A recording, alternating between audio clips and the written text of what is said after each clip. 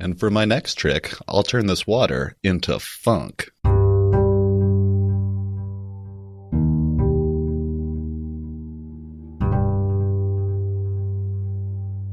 This is the Wheel of Time Spoilers podcast. Your hosts are Seth Jacobson and Patrick Heiler.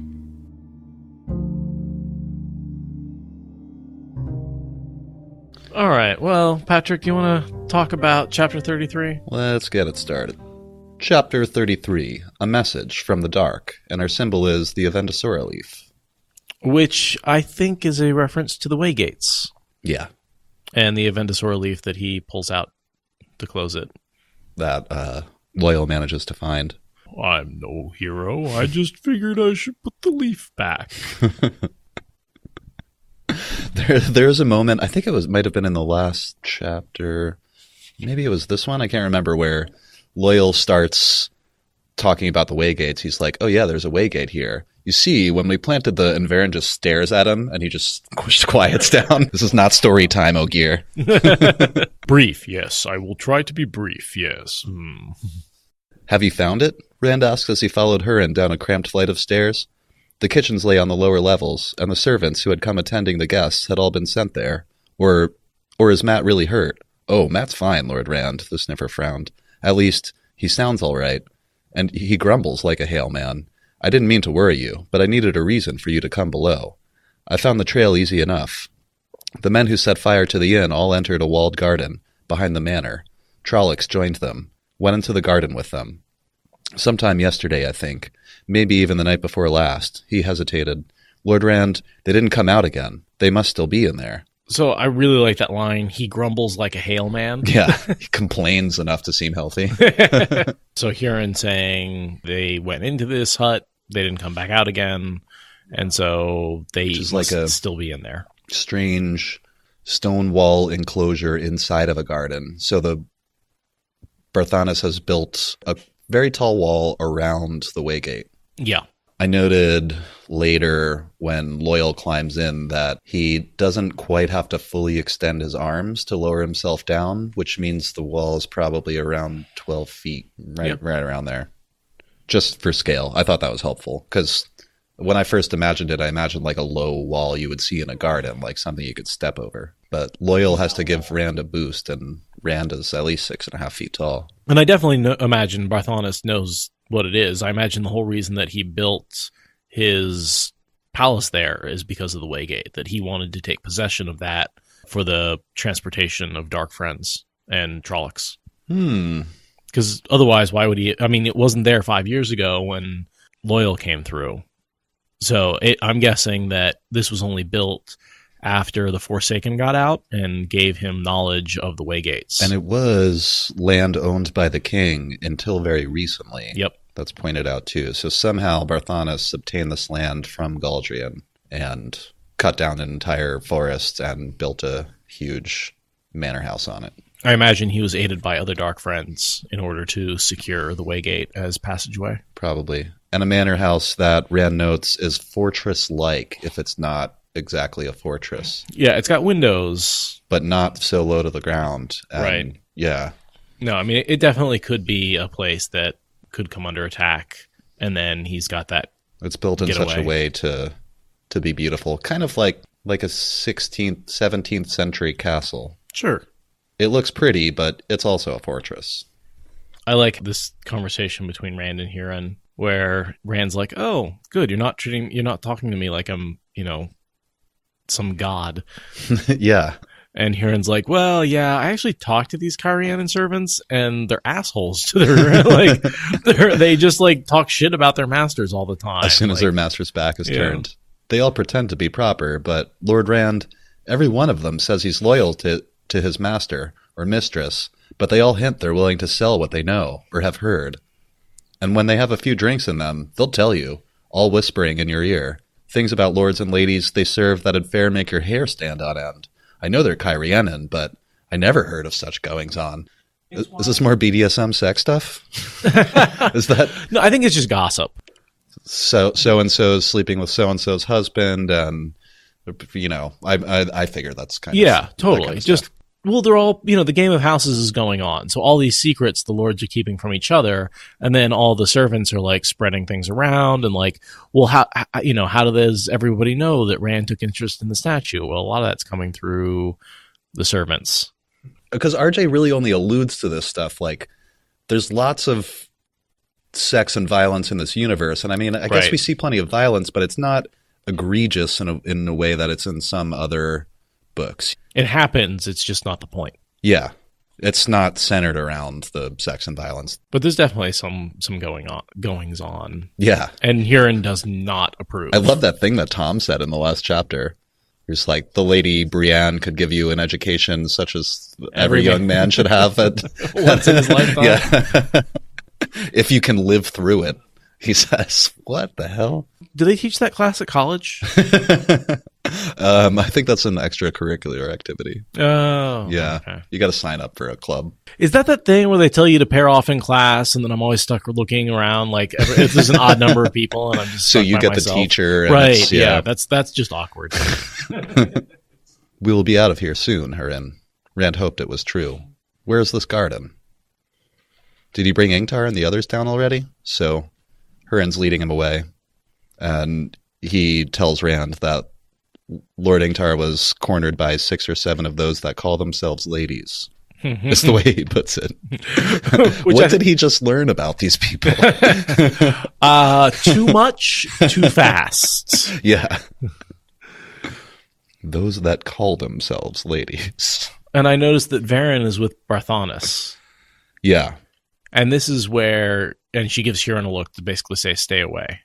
Mm-hmm. Don't come anywhere near this incredibly important conversation, which we know nothing about, sadly. Two dark friends talking. I want to know more. There is a bit of dialogue between the two at the end of this chapter, but it's very vague. Yeah. Which is, dice Damari and all that. Loial's grin almost split his face. There you are, Rand. I was never so glad to get away from anyone as from those people upstairs. They kept asking me if the Ogier were coming back, and if Galdrian had agreed to pay what was owed. It seems the reason all the Ogier stonemasons left is because Galdrian stopped paying them, except with promises. I kept telling them I didn't know anything about it, but half of them seemed to think that I was lying, and the other half that I was hinting at something. And so we've talked about this, that Galdrian has run out of money because of all his parties and importing food from Andor, and so he's not paying the stonemasons. And then there's just like them thinking even Ogier are playing the game of houses. How big of idiots are they to think that Ogier are playing the game of houses? Rand assures Loial as well. We'll get out of here soon. Don't worry, guys. He asks Matt if he's sensed the dagger, and Matt says no, which makes sense because it's very far away. Would he be able to sense the dagger through the chest? Rand thinks that maybe he wouldn't. That is a good question. I imagine it might reduce the radius at which he can detect the dagger, but if he got close enough, he would still sense it. I would think he could feel it through pretty much anything. I have nothing to back that up, though. I don't either. Because by the time he finds it again, it's out of the box, because Turok opens the chest. So at no point is Matt near the box with the dagger in it. I thought this was kind of interesting. Rand is not mad, Matt, Loial said. The Kyrianan would never have let him in here if he were not a lord. They are the ones who are mad. I'm not mad, Rand said harshly. Not yet. Hurin, show me this garden. Rand. I'm just going to, every time he says, I'm not mad, not yet, I'm just going to be like, keep telling yourself that. Because, like, at some point, he is mad. Yeah. And But at that point, it's very clear. It's tough to say, it's a slow progression. It's definitely a progression. And I think that's one thing that, like, I think is so masterful, is that after many, many rereads, I have no idea at what point during the story Rand goes mad. I really liked what you said while we were talking about the last chapter when Rand fights Turok and he goes into the void and suddenly he's a much better swordsman, which makes sense. But he really only has a couple months of training. He shouldn't be able to beat really anyone who knows how to use a sword or has been, training all their lives. Even if they're not terribly good at it, he just has no right to be that good. Well, unless there's some of Lewis Theron already seeping through. I give Lan a lot of credit. Yeah. I mean, He taught him enough that he might not cut himself, I think, as Lan said. Right. Cut off his own foot. But, when Lan gives a compliment like that, that means he's gotten pretty damn good. Right. But I do wonder now that you put that in my head, how much of it is Lews Therin, who was like one of the inventors of swordplay. His past life is seeping through. I mean, I think he is a talented natural at swordplay, practicing constantly with some seepage of instinct and memories. Yeah. So it's hard to really identify which one makes him good at being a sword master, or if it's just all three combined. So young for the Heron mark. He gains, in the same way that he gains the ability to weave certain weaves, you have to be practice weaves, and he sort of gains magic memory of how to do that. And I imagine he also gets muscle memory of how to sword fight. He's one of the rare channelers that only has to see a thing once. I think Avienda is mentioned also as one of those that really, they learn so quickly that... Nynaeve and... Yeah, Nynaeve. They're all really powerful channelers. Totally. Yeah, Hurin leads them to the garden is pretty much what that is. Yeah. Dark Friend sleeping out of the night would not be much better than Trollocs. And then Loial says, hey, there's a Waygate in there. And Rand realizes that means the Dark Friends took the ways. Yeah. This is sort of the final nail in the coffin for them still being in the place. Loial obviously sensed the Waygate when they got close, so that was always a possibility. And without the dagger around, it makes a lot of sense that they would have gone into the ways. I'm gonna read this because I was just about to ask a question about it anyway. I'll just read it out loud. Ahead, stone walls not much higher than Loial's head enclose a square, perhaps 50 paces on a side. So that's 150 feet, approximately, a little less, maybe 100 feet. This is a pretty big structure. Yeah. No, I mean, he is enclosed the Waygate. He does not want it obvious. And it's like... Or easy to get to. 11 or 12 feet tall, these walls, but there's no roof. Rand could not be sure in the shadows, but it looked as if the garden stretched on beyond the walls. He wondered why Barthanes had built a walled enclosure in the middle of his garden. No roof showed above the wall. So my theory is also that it's a place where lots of Trollocs can gather and be hidden. I was wondering, I wanted to ask why build the wall? Like, if you're going to transport things in and out of this Waygate anyway, what's the point? Other than, like you said, maybe hiding what you're moving in and out of it. I think that's what it is. It's like a bunch of Trollocs can come through the Waygate, gather in that space, and then be moved out when it's convenient. So we have this, like, very large staging area that sounds approximately the size of, like, a basketball court. Like, it's big. And with no roof, you could have Drakkar just flying out of there, but I'm not sure that's... Yeah, I guess it just doesn't really need a roof. Yeah. There's no way to fly. So if it's just to keep people out and hide Trollocs, it just has to be 12 feet tall. Yeah. Unless you have an Ogier, you can't get over it. Yeah. Rand heard Matt sigh despairingly after they realized that the Waygate's on the other side of the wall, thinking, shit, like, if they went... Matt's just like, I'm not going in the ways again. I'm never doing that. Yeah, that sucks. Ways are terrifying. Machin Shin is terrifying. As we're about to find out. Rand says, I'm not giving up. I just have enough brains not to want to travel the ways again. Oh, that's Matt. We may have to, Rand told him. Go find Ingtar and Varen. Get them alone somehow. I don't care how. And tell them that I think Fain has taken the horn through a Waygate. Matt swept a low bow, and his voice was heavy with sarcasm. At once, my lord, as my lord wishes. Shall I carry your banner, my lord? Can I kiss your ass, my lord? This mirrors a lot of what happens between, I think, a Nynaeve and Elaine, or is it Egwene and Elaine? And one has to act as a servant, and the other acts as the lady. And I think that there's a little bit of like... I want to say it's Nynaeve that has to act like a servant. It's Nynaeve and Elaine, yeah. And Nynaeve does not like acting like a servant. No. And I love the parallel between Matt and Nynaeve, both really hating and having to act as servants. The stubbornest, muley people. Exactly. Now I have to limp. Next it'll be a broken neck. And he trails off as he's walking away. Which is funny because of the amount of times Matt dies. Oh, yeah, I didn't even make that connection. Broken neck. When he gets hung, he gets a Soon broken it will be a broken neck, buddy. I mean, I guess he doesn't actually... No, his neck doesn't actually break. He's just strangled. Right.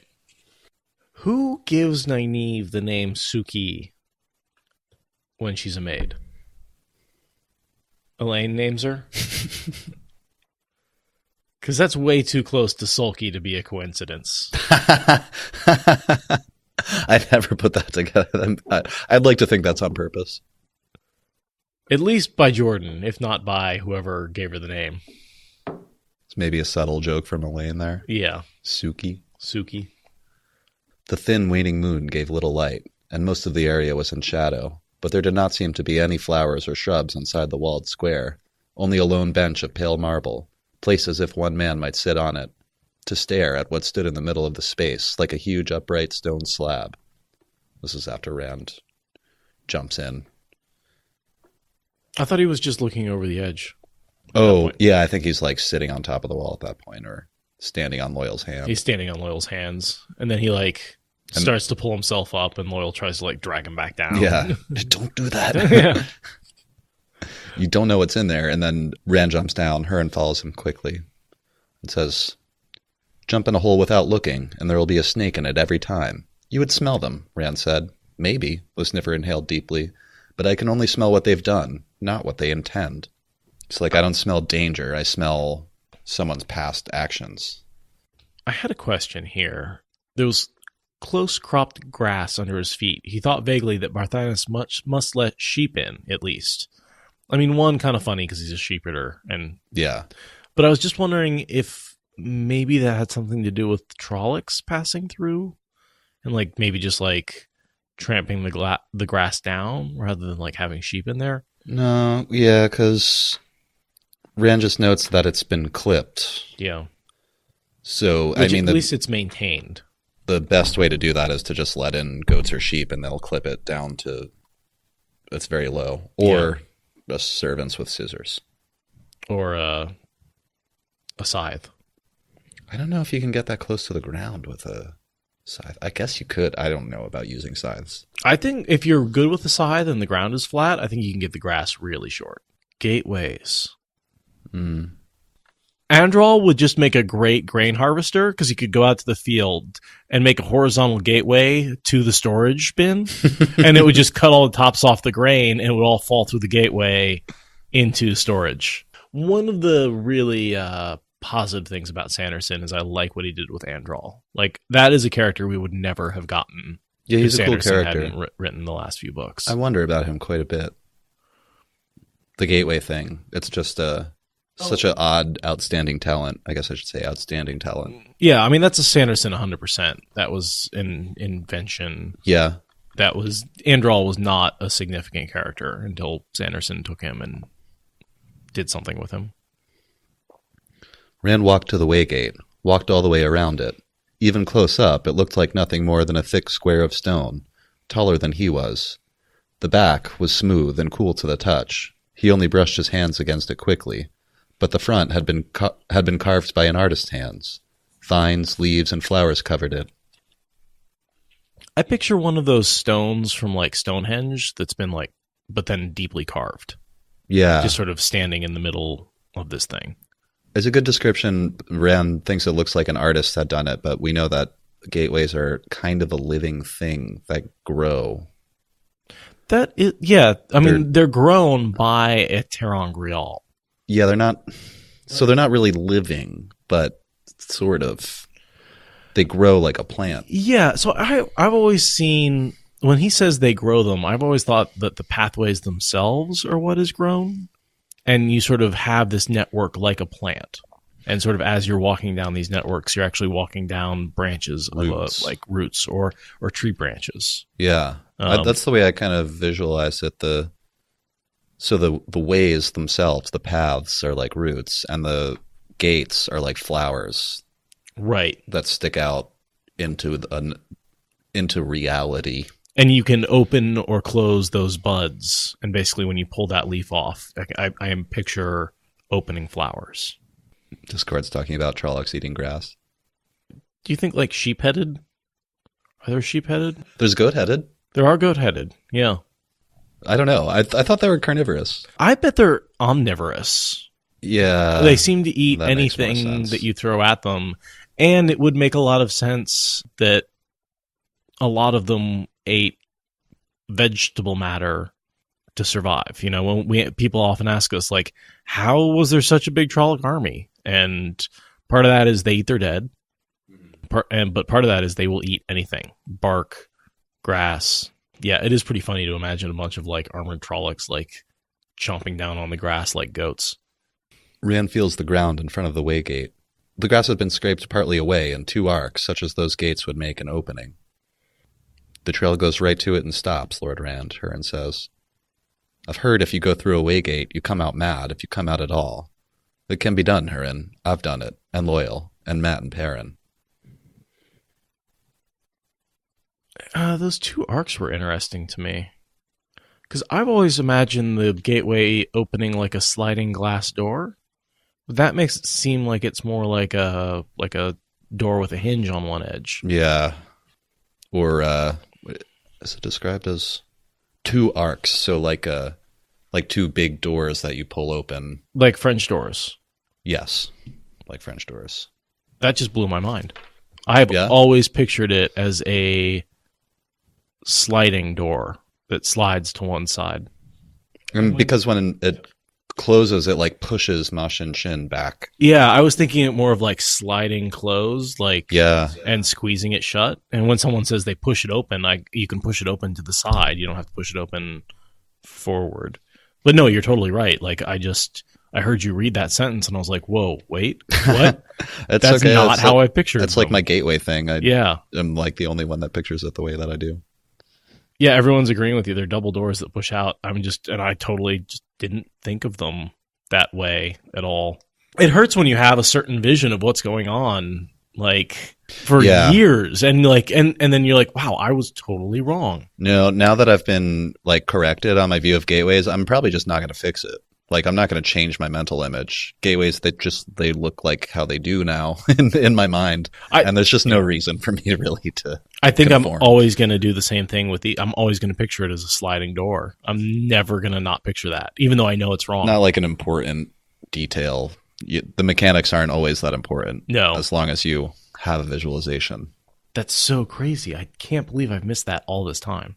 I'll bet you can smell their trail along the ways. We can follow anywhere they can run. It would not hurt to prove to himself that he could make himself step through a Waygate. I'll prove it to you. He heard Hurin groan. Yeah, a little hasty there, Rand. Just randomly opening up Waygates with no intention of going through them. The leaf was worked in the stone just as the others were, but it came away in his hand. Loial groaned too. In an instant, the illusion of living plants seemed suddenly real. Some stone leaves appeared to stir with a breeze. Flowers appeared to have color even in the dark. Down the center of the mass, a line appeared, and the 2 halves of the slab swung slowly toward Rand. He stepped back to let them open. He did not find himself looking at the other side of the walled square, but neither did he see a dull silver reflection he remembered. The space between the opening gates was a black so dark it seemed to make the night around it grow lighter. The pitch blackness oozed out between the still-moving gates. Rand leapt back with a shout, dropping the Avendasora leaf in his haste, and Loial cried out, Machin Shin, the black wind. Oh, yeah. The sound of wind filled their ears. The grass stirred and rippled toward the walls. I notice here that it does get out of the gates. Yeah. Because we see it try and get out in Faldara when it chases them. Moraine blows it back. I think she uses balefire on it. But isn't that when she's still inside the gate? Oh, no, it's just fire. I thought it was just fire. Yeah, because there's a description there where she channels inside the ways and it looks weird. Yeah, totally. It's like instead of a bright blue flame, it's all orangey and smoky. Mm-hmm. Like it's not burning like pure fuel. Sickly. It's burning like corrupted fuel. Yeah. And then it gets to the gate and it can't come out and they close it. Yeah, I don't think it's really, well... Or don't they cut their way out? The gate's locked from the outside. That's so right. Moraine has to blow a hole in it. That's right. Yeah, not blow a hole in it, but she cuts a hole, and Mandarb, they use Mandarb to push the rock. That's right. So, all right, here's my question. At that point, Machin Shin can't get out. That's right. Because even though there's no stone doorway blocking it. It's connected to the ways. Yeah. It's part of it. Here, it seems to have no problem coming out. I think that's because it's the Machin Shin, if such a thing is possible, is tainted when it touched Fain. When it interacted with Fain, it changes it. And that didn't happen until after the scene in Faldara. Right. That didn't happen until recently, like a day or two ago. Oh, no, but remember Fain passed through it because he was following them. Oh, that's right. Yeah, that's the first time that it happens. Yes. So now they're like buddies. They're like evil buddies. So I think from that point on, Machin Shin is imprinted with the desire to seek Rand. And it knows his name, we see here. Oh, yeah. I'll read this part because I like it. Go for it. I'm not going to read all the poetry, but... The sound of wind filled their ears. The grass stirred and rippled toward the walls. The dirt swirled up, sucked into the air, and in the wind 1,000 insane voices seemed to cry, 10,000, overlapping, drowning voices. Rand could make out some of them, though he tried not to. Blood so sweet to drink the blood. And it goes on and on. And my favorite is at the end. Sing your screams. Oh, that's right, yeah. I don't know why And worst of all, I think it's maybe the creepiest. A whispering thread through the rest. Althor. Althor. And I have to imagine that is a bit of Fain being imprinted on... That's what I think. Yeah. And that desire to seek Althor. I almost wonder if perhaps Fain, one of the ways that he ended up freeing himself from seeking Rand is that he passed that desire on to the ways. And instead of having that compulsion to follow Rand on himself, he gave it to Machin Shin. What's left of his human soul? Because Machin Shin eats souls. Right. They did some kind of exchange. And if you eat Padan Fain's soul, like, you're going to get sick, man. Even if you're the Black Wind. Because Fain is the greater of the two evils.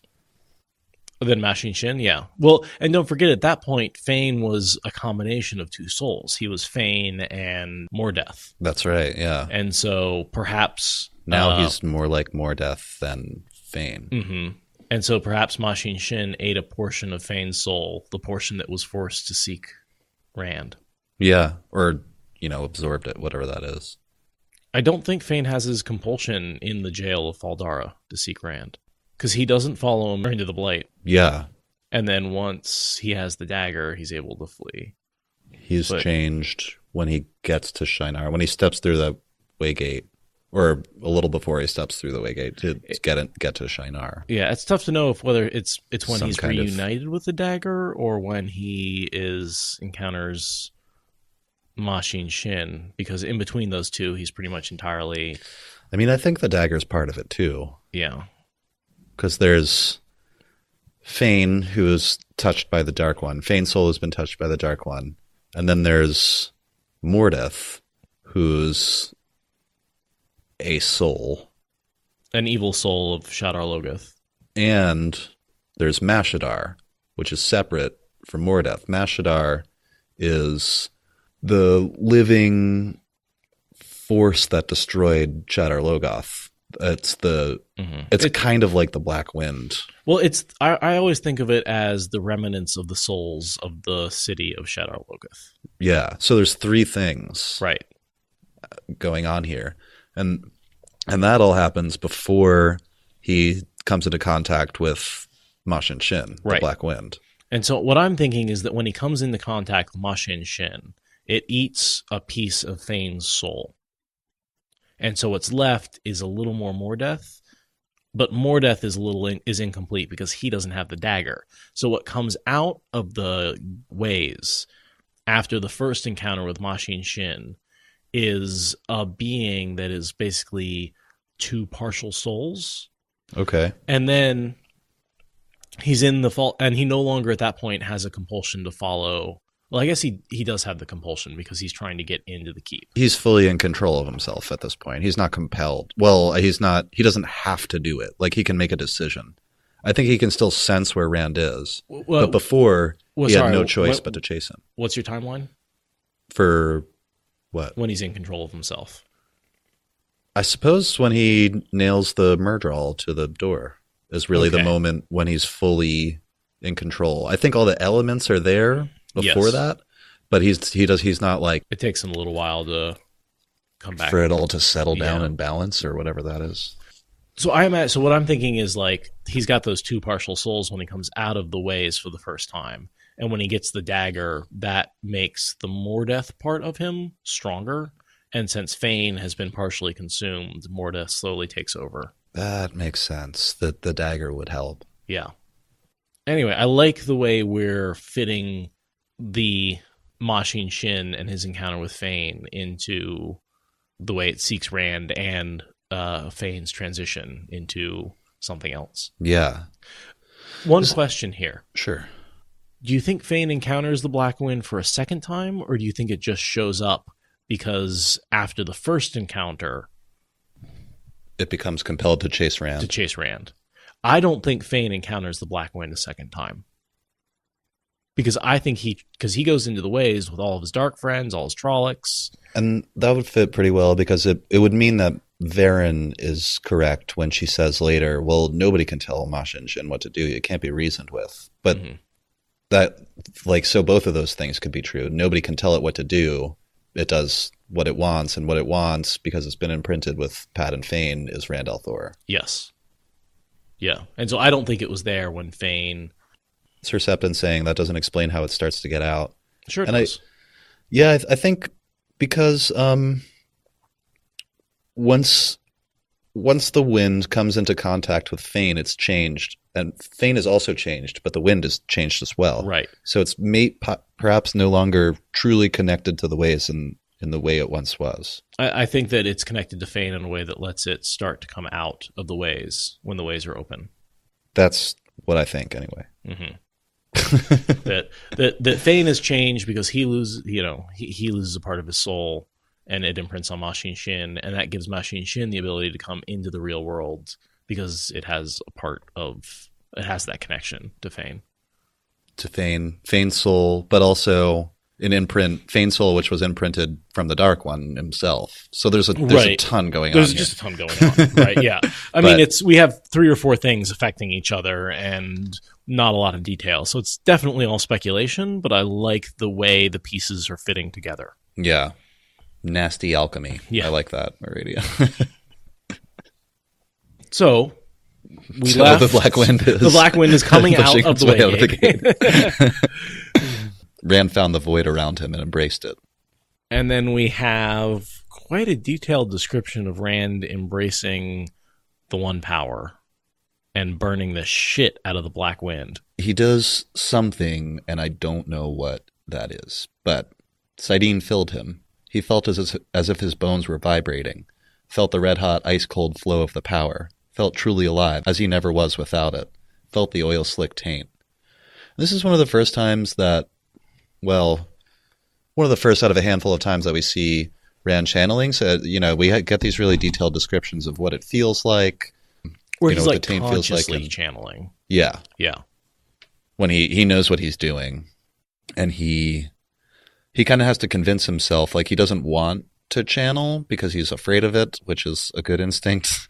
But he has the thought, like, it's coming for you. It'll kill all of us. Like, this is the only thing you can do, is to channel right now. And I imagine he panics a little bit here, and he's drawing in way too much power. I think he's at risk of burning himself out. Yeah, I think so too. He describes it as wearing him away like water wearing down a clay riverbank. There's so much flowing through him that it's about to destroy him. The power raced through Rand in a torrent. Torrents aren't really controlled flows. It's these like massive currents that are, he is not very good at controlling the power here. He needs training. He's very, very close to killing himself every time he opens himself to the power.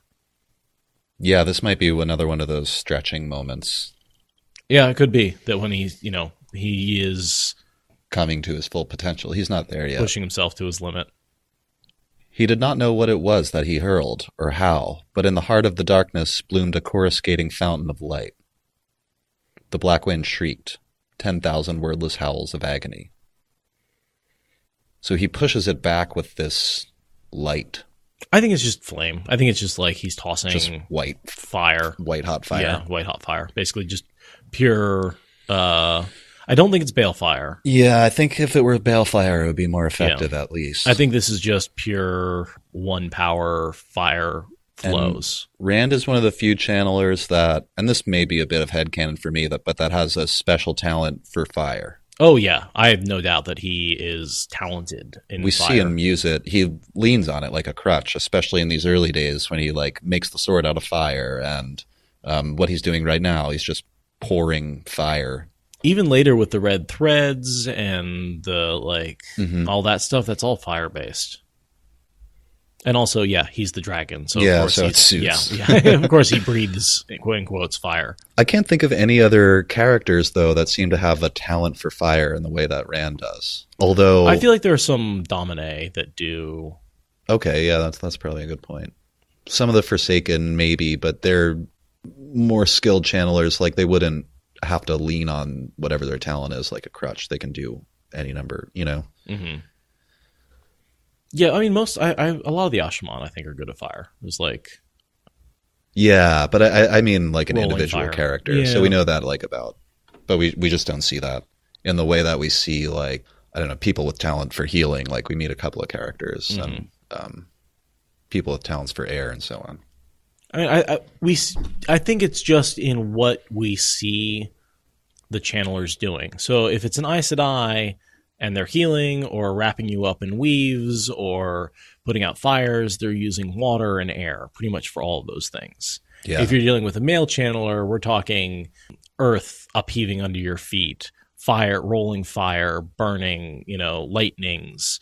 That sort of thing comes more for the male channelers. Rolling Ring of Earth and Fire. Right. I just reread Do My As Wells the other day. Such a good It's scene. brutal. Like a meat grinder. And that's, yeah. I think it's the only, one of the very few times we see a group of Aielmen retreat.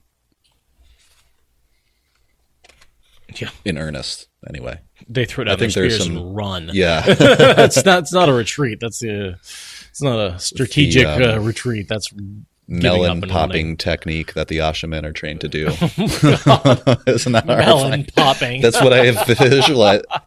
Oh God! And they learn with stones, right? So like they place a stone, and they're taught to like explode the stone from the inside, and then make a wall so that it doesn't hit you. Yeah. And you just do this over and over. Yeah. Except in practice, the stones are human heads. I just imagine Jordan and machine guns. I mean, in effect, yeah, it would look a hell of a lot like a group of spearmen running at a machine gun nest. Just mowing them down, just torn to pieces, exploding. The amount of energy that's being imparted into them just causes bodies to explode. Yeah. Basically, the end of the Zulu Wars. That happened. What's the rhyme? Whatever happens, we have got the Maxim gum, and they have not. The Maxim gum? Maxim. Yeah, I think it's the British word for Machine. the same. It was called the Gatling gun here, I think. So Rand's pouring there's fire forward while Loial frantically searches for the leaf that Rand dropped. And Rand is totally, the power is completely out of control inside of him. We've got 3 paragraphs where it's like, first it fills him, and then it races through him, and then it surges through him, and it just keeps getting more and more powerful and building bigger and bigger and bigger.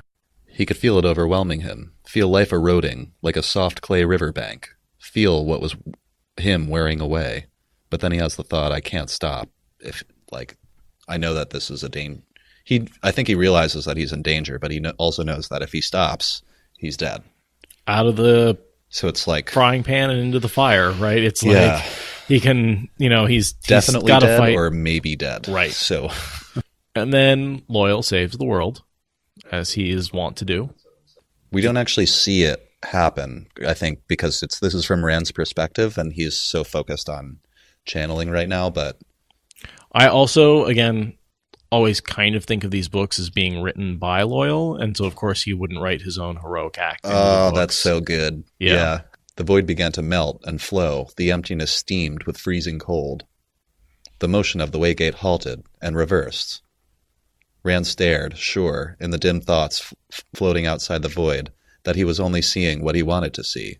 The gates drifted closer together, pushing back Machin Shin, as if the black wind had a solid substance. The inferno still roared in its breast. With a vague, distant wondering, Rand saw Loial, still on hands and knees, backing away from the closing gates. The gap narrowed, vanished. The leaves and vines merged into a solid wall and were stone. So Loial got down there, got the leaf, got it back into place. Yeah. I liked this description shortly after that. He was a pool of the one power. He trembled with it. He could smell the grass, the dirt beneath, the stone of the walls. Even in the darkness, he could see each blade of grass, separate and whole, all of them at once. He could feel each minute stirring of the air on his face. His tongue curdled with the taste of the taint. His stomach knotted and spasmed. I really liked specifically that he described from his perspective, he can smell the stone, which is a thing. I get it. Yeah. But it's I just really like the description. Yeah. His senses are super heightened. Yeah. I really like his tongue curled with the taste of the taint.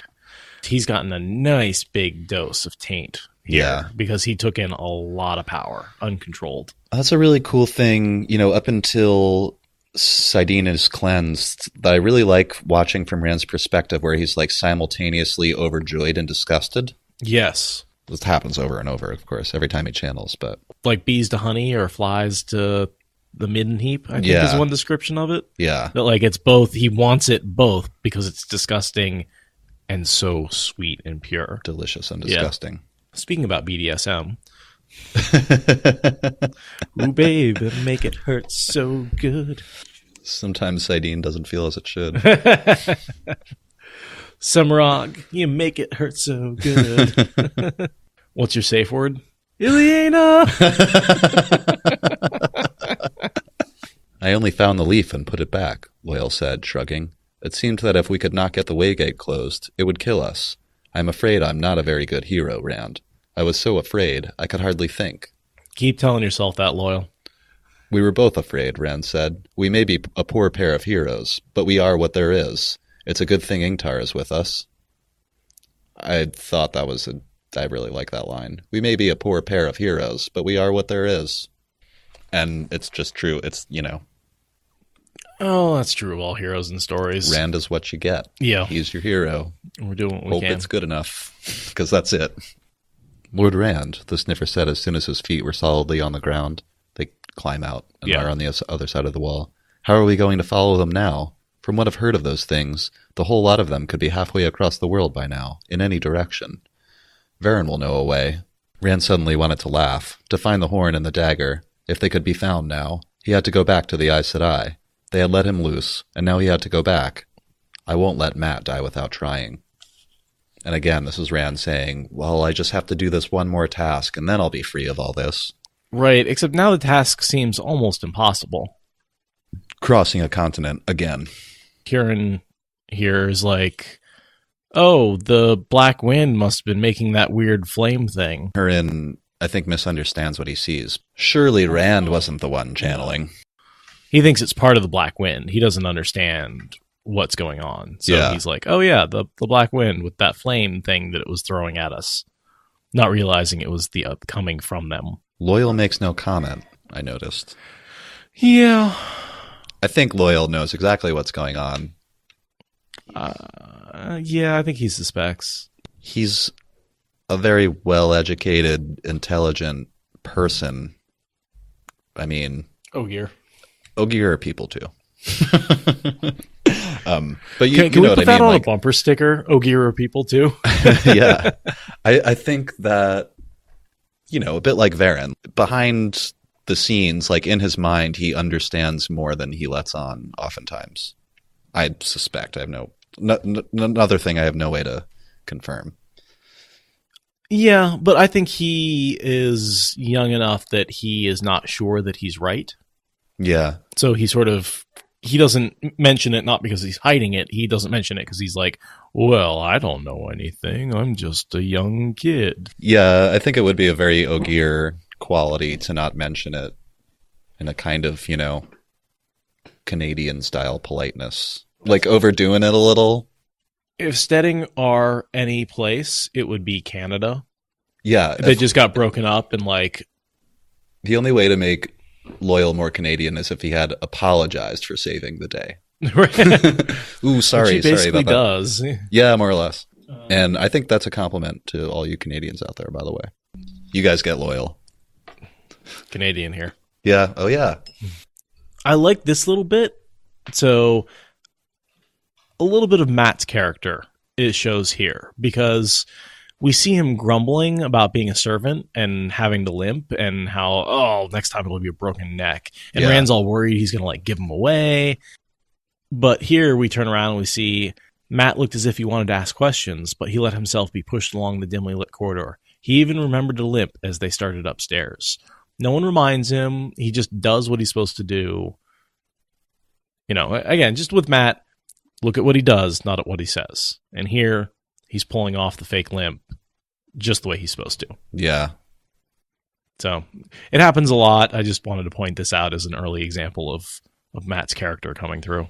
So they go get Varen and Ingtar, who are standing together, and thus also alone.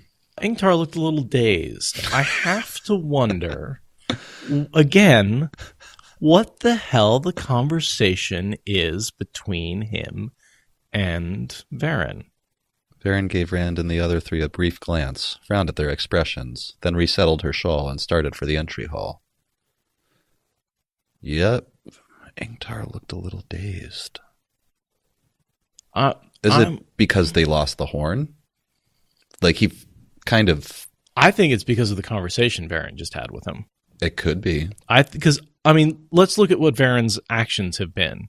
She was deep in conversation with Barthanes, a dark friend. Mm-hmm. Then she was deep in conversation with Ingtar, and he ends up looking a little dazed. And when Rand asks why Varen is coming, she says, to keep you out of trouble. She does not answer. Yeah. Anyway, Varen is a tricky little... She's going for a reason. Yeah. But she dropped a knowledge bomb on Ingtar there. I don't know what that was. She may have said, I know you're a dark friend. I don't know. As they reached the entry hall, Barthanes had appeared as if somebody had told him they were leaving. I'm sure somebody did. Yeah, totally. You go so soon. Varen Sedai, can I not entreat you to stay longer? Varen shook her head. We must go, Lord Barthanes. I've not been in Cairhien in some years. I was glad of your invitation to young Rand. It has been interesting. Yeah, I'll bet. If that's not a hint that something is going on there. I noted that Barthanes bows a little bit deeper for Varen than everyone else. He also lets them know he knows where they're staying. Yeah. Oh, great tree, wasn't it? Mm-hmm. Which you didn't tell me. I just happened to know. True. As Rand moved to follow the others, Barthanes caught his sleeve with 2 fingers, holding him back. Matt looked as if he might stay, too. Oh, I forgot. Varen says, perhaps, like maybe she will come back. That's just a typical Aes Sedai non-committal answer. As Rand moved to follow the others, Barthanes caught his sleeve with 2 fingers, holding him back. Matt looked as if he might stay too, until Hurin pulled him to join Varen and the rest. You wade even deeper in the great game than I thought, Barthanes said softly. When I heard your name, I could not believe it, yet you came, and you fit the description, and I was given a message for you.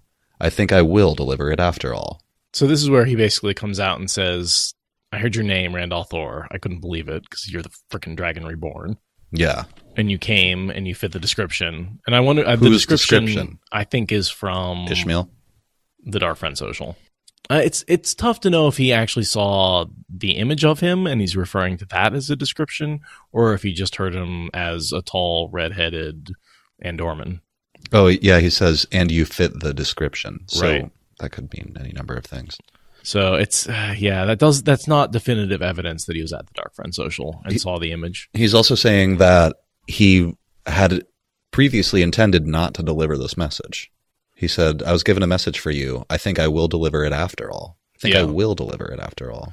And so that was from Fain. So, maybe the description was just Fain's description of Rand. It could have been. Yeah. Rand had felt a prickling along his backbone as Barthanes spoke, but at the last he stared. A message? From whom? Lady Selene? A man. Not the sort for whom I would usually carry messages, but he has certain claims on me that I cannot ignore. He gave no name, but he was a Lugarder. Ah, you know him. Obviously, Rand must make a face that's, Yeah. as soon as a Lugarder, and Rand must be like, Garr. I know him, Rand says. Mm-hmm. What message? He says he will wait for you on Toman Head. He has what you seek, and if you want it, you must follow. If you refuse to follow him, he says he will hound your blood and your people and those you love until you will face him. It sounds mad, of course, a man like that saying he will hound a lord, and yet there was something about him. I think he is mad. He even denied you are a lord, as any eye can plainly see. But there is still something. What is it he carries with him, with Trollocs to guard it? What is it you seek? Barthanes seemed shocked at the directness of his own questions. Ta'Veren. That's what I thought. Yeah. I can tell with that. You looked at me, and I was like, Yeah. you're gonna ask if that's Ta'Veren. It's Ta'Veren. Yeah, because anytime we see someone he who's straight like, up admits that he was in league with Trollocs. right, the Trollocs are guarding it. Like, Yeah. he just comes out and says That he it's helped Dark Friend. someone who has Trollocs in their employ. That's, Totally a death sentence. should be. Yeah. I mean, it would be. And if he told anyone other than Rand al'Thor, And all his Dark friends who were at the party. in response to Barthanes' questions, Rand only says, "The light illumine you, Lord Barthanes," and he leaves. So here is a question. Lord Barthanes is killed. I always thought it was for passing on this message. Do you think it's just for letting Fain use the ways and get away? Who killed him? Barthanes? Yeah. I think it was the golem sent by Ishmael. Didn't you say before that he was killed in a golem-like way? Yeah. So Ishmael kills him, Mm-hmm. or Ishmael sends an assassin. And he's like torn to pieces. And so but also if Inktar is under orders to track down the horn and return it to Ishmael, I could see where Ishmael might be pissed that Barthanes let Fain use the ways to take the horn and get away. And so it might not just be for passing on the message, but it just might be for aiding him through letting him use the ways and passing on the message. I buy that. It has a certain hold on him. Yeah. What is that? I think he's just a higher in the Dark Friend hierarchy. And I guess just dangerous. Yeah. I think we see that Fain was a very, very well-ranked Dark Friend. Yeah. And so he has, he gives the secret signals that lets the other Dark Friends know that he's got a higher rank than them, which lets him take advantage a lot. So I think the hold he has on him is just, as we hear the typical, like, the beggar that can make anybody else. Yeah, he's just pulling Dark Friend rank. That's all. Even though Barthanes is the most powerful man in Cairhien, part of the reason he is the most powerful man in Cairhien is because of his connections to The Dark. And so because he owes that power to the Dark, they can take it away from him. So he has to obey them. He has certain claims on me that I cannot ignore. He gave no name, but he was a Lugarder. Just from the accent. Yeah. And we know when he's got the Lugard accent, that's actually Fain. When he has the more aristocratic accent, that's usually Mordeth talking. So Rand gets out of his meeting with Barthanes and joins Varen. What did you find? Farron demanded. Where does he keep it? Fain has taken the horn to Toman Head through a Waygate, Rand said dully. By this time, he's probably already waiting there for me. We will speak of this later, Farron said so firmly that no one spoke at all on the ride back to the city, to the great tree. They get there. Perrin looked up from the travels of Jane Farstrider when they walked in and frowned when he saw their faces. Didn't go well, did it? And so we saw him get that book in the last chapter, A couple chapters ago. Farron carefully folded her shawl and laid it across the back of a chair. Tell me again. The Dark Friends took the horn through a Waygate at Barthanes Manor? The ground under their manor used to be an Ogier Grove, Loial explained. When we built, his voice trailed off and his ears wilted under her look. That's what I was talking about before. Loial starts to explain. Explaining, yeah. and Baron glares at him, and he just trails off and is quiet. He starts to go off about the groves, yeah, and that there was a Waygate. Baron's like, "This is not going to be fucking story time. There's important things. We don't need to hear about how humans cut down all the groves. We know there's a Waygate there. We got it. There used to be a grove. There's some serious stuff happening. This isn't story time, Loial." Hurin followed them right to it. Rand wearily threw himself into a chair. I opened it to show him he could still follow the trail wherever they went, and the black wind was there. It tried to reach us, but Loial managed to close the gates before it could come all the way out. Only because Rand was burning the crap out of it to keep it from coming out. Yeah, he colored a little at that, but Loial had closed the gates, and for all he knew, Machin Shin might have made it out without that. It was standing guard, Rand says. And we've talked quite a bit about why it was standing guard and the imprint of Fain and seeking out Rand and all that kind of jazz. Even what Varen says here, where she says, he must be mistaken because Machin Shin you can't reason with it. You can't instruct it to do anything. And I don't think Fain is instructing it to do anything. I think it just, when it took a piece of its soul, it imprinted, because that imprint was from the Dark One itself, and Machin Shin is a result of the taint, that imprint translated into Machin Shin.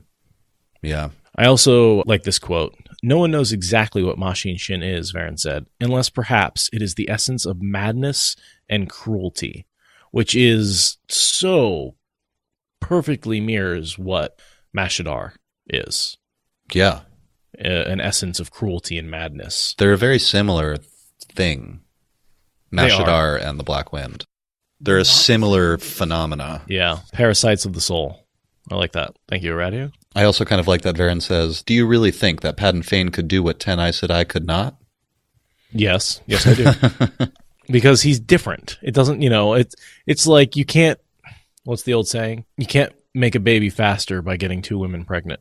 It's still going to take 9 months. Just because you throw more Aes Sedai at it doesn't mean... Right.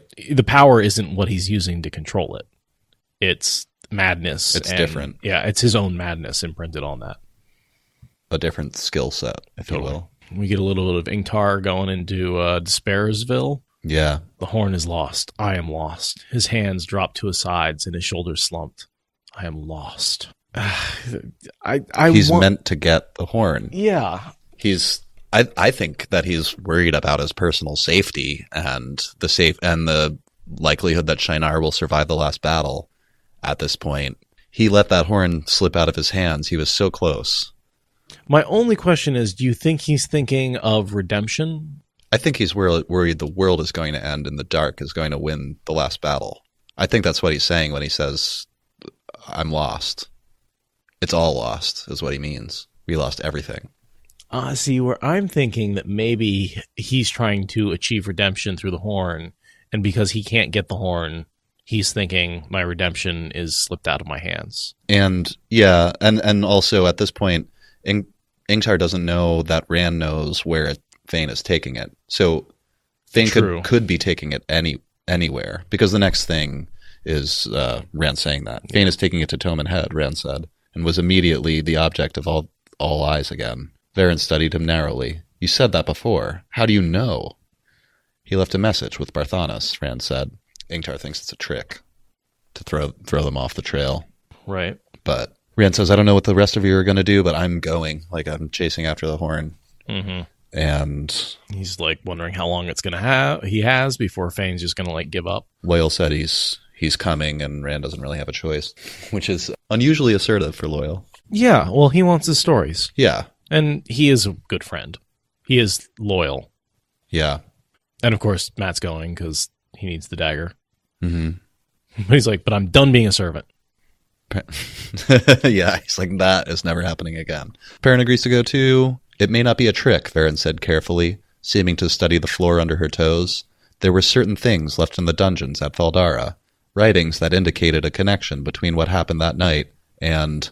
She gave Rand a quick glance under lowered brows, Toman Head. So that's the prophecy. It's the thing that Fain wrote on the door for Rand, that Rand scrubbed out. Varen doesn't know about that. But she does know about the poem that connects the prophecies. The Dark Prophecy. A dark prophecy that connects Rand and Fain to Toman Head. Yeah. And of course, then you got the third piece of information, which is Barthanes' message. Mm-hmm. So that's twice that Fain, I mean, really, all three of those messages came from Fain. It's been corroborated. Right. Yeah. This sort of reminds me at the end of The Eye of the World, where we get the three messages about the Eye of the World, and they all sort of come together at once. And that's right before they go through the ways. And this is sort of in the same way that going through the ways was the beginning of the end of the Eye of the World, sort of the beginning of the acceleration to the finale. Yeah. I feel like this chapter is the beginning of the acceleration to the end of this book, because we're more than halfway through. You know, we get the girls, we get the portal stone, we get the girls getting kidnapped and going to the Shan Chan, we get the portal stone, we get the blowing of the horn, and we get the whole battle and White Cloaks.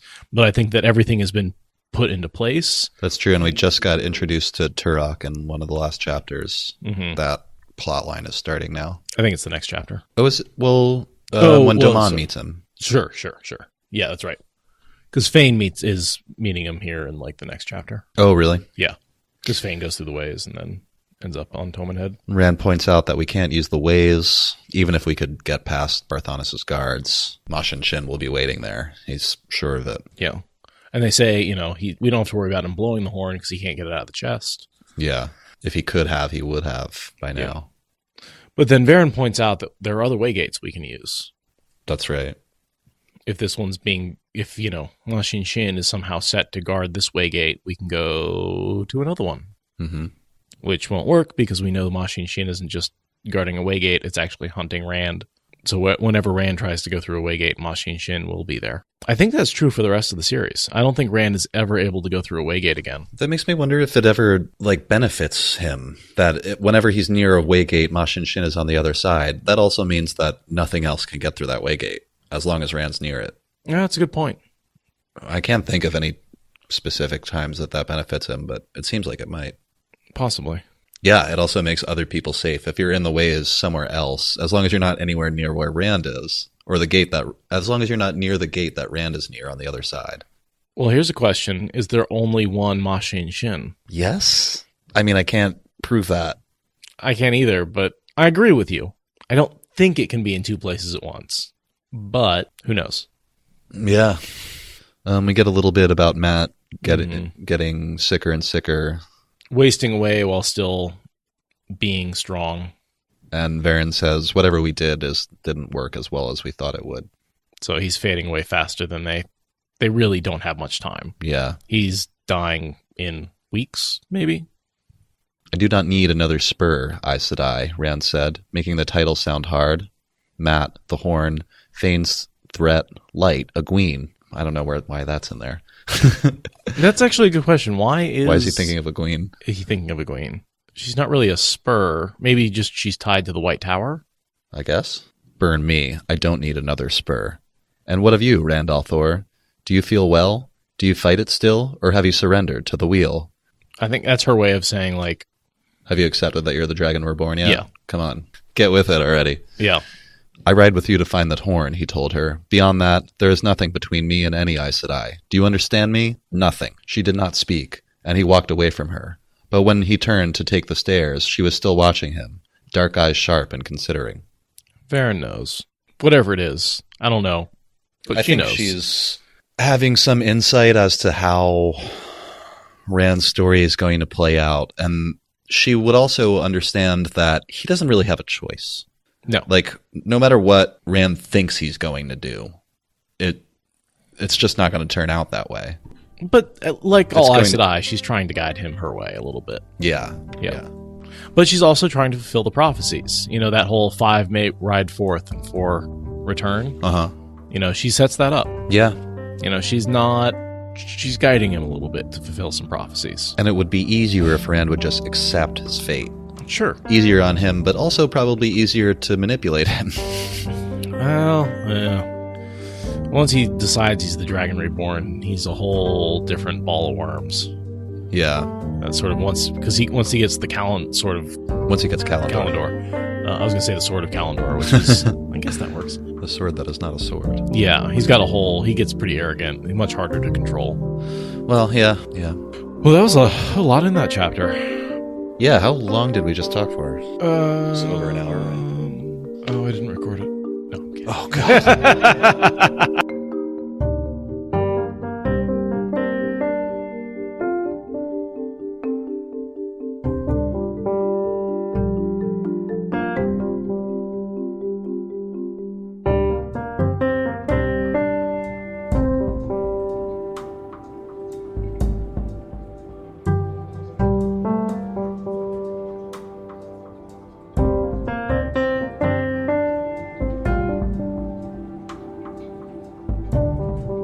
Oh, speaking of old shows, I started watching X-Files all the way through with Julia.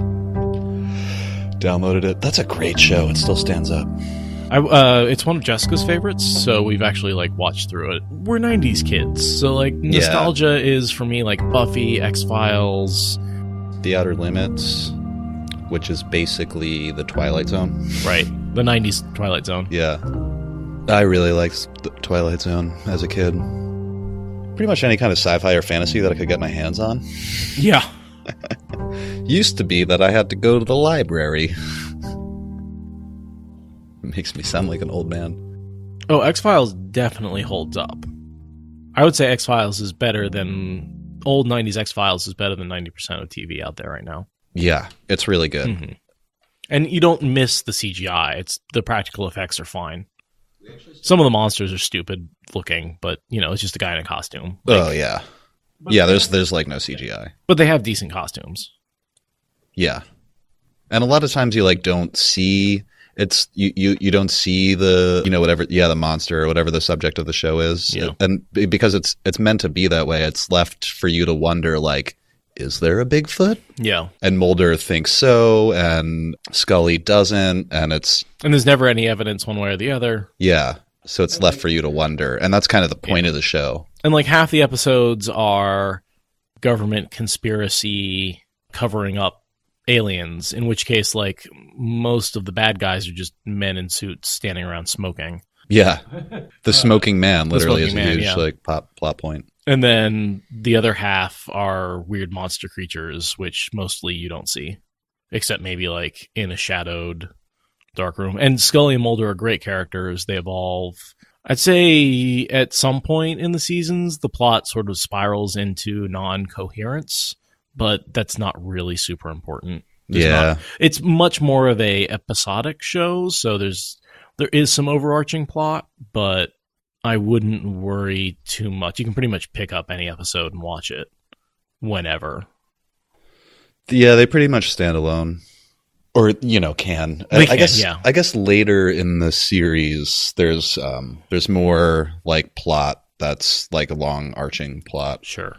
More to be continueds and stuff like that. But this came out pre-bingeable TV. Most of the time when you sat down and saw an episode of X-Files, you hadn't just seen another episode of X-Files. Yeah. And so TV was structured so that it didn't really matter if you'd seen what was around it or not. If that bothers you about 90s TV, then yeah, don't watch it. But X-Files definitely was one of the early shows to pioneer ongoing plot lines that were consistent. Now, I think it was still a little repetitive in the X-Files because they wanted to nail in some of the points. They wanted to nail some points home just in case you missed an episode or two. Yeah. It was meant to be digestible science fiction for the masses. Right. Which was new at the time. There weren't a lot of science fiction shows, other than the Twilight Zone. And I think The Outer Limits had an early... Well, and Star Trek was... Star Trek. Yeah, Stargate. Was SG-1 out during that time? In the 90s, yeah. And then there was Farscape, and there was some decent sci-fi. Farscape was in the 90s? Yeah. Well, in any case, the science fiction and fantasy has definitely grown as far as people who are interested in it. And over the last 20, 30 years... I feel like it had this surge of popularity around Star Trek, and then it died off a little bit. Yeah. It was Battlestar But a lot of people from my my parents' generation will just reject science fiction and fantasy out of hand. They're like, that's not real. Like, that's not believable. Sure. And they just don't like it. But, for me, it's just a different canvas to tell the same stories. It's Totally. just a fun way to tell a story. Like, we can watch Friends over and over, but, like, wouldn't you rather there were aliens and shit? It's just better. The idea of a group of people on a ship, I mean, we've been telling that story for ages. I just like it when it's a spaceship and they can go anywhere. And then you can tell all sorts of great allegories and... Oh, sure. Oh, I heard somebody reference Futurama the other day of an episode where the alien news reporter says, well, why doesn't the largest friend, Ross, simply consume the others? Was that Zur? Something along those lines. That's the alien news reporter, right? I think he, yes, occasionally has. I mean, he's like, as with any Futurama Simpsons character, they start off as kind of two-dimensional, and then they end up taking on like 20 different roles, and so they're hard to describe in one sentence, but yes. Yeah, I think that episode takes place on his home planet. Well, anyway, enough about Futurama, which, by the way, also great show. Oh, fantastic show. Of all the Simpsons type cartoons, I think Futurama is the best. Futurama was from that era too. I mean, it was brand new. I want to say early 2000s, probably. Yeah, early 2000s. I don't think it quite hit the 90s. Or it was like 99 or something like that. Yeah. When everyone was freaking out about Y2K. Because like Futurama, Family Guy, all those kind of weird comedy shows came out around that time. I remember me and my friends being just really excited about like all these great new cartoons. Mm-hmm. I mean, American Dad falls into that.